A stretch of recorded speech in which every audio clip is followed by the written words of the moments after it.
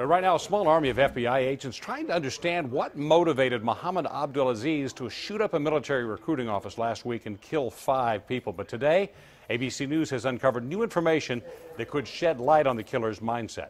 The Now Detroit's Ross Jones is standing by with the very latest on this story for us. Ross? Good afternoon, Stephen. In the wake of last week's attacks, many suspected the shooter was inspired to kill by a group like ISIS. But according to ABC's Brian Ross, a battle with mental illness may have been the driving force.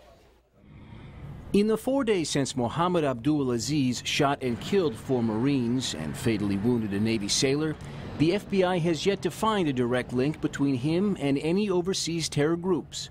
What they have learned, according to ABC's chief investigative correspondent Brian Ross, is that the 24-year-old battled depression as his life spiraled out of control. I think without a doubt, mental illness is a major factor here. The revelations come from Abdulaziz's diary that Ross says is now in the hands of the FBI.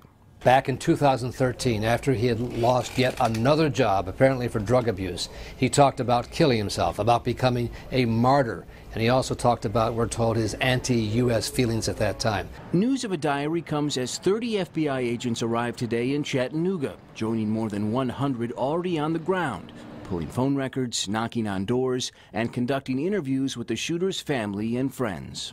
Has there been any indication that you know of that his family had tried and perhaps failed to get him some sort of treatment earlier in his life?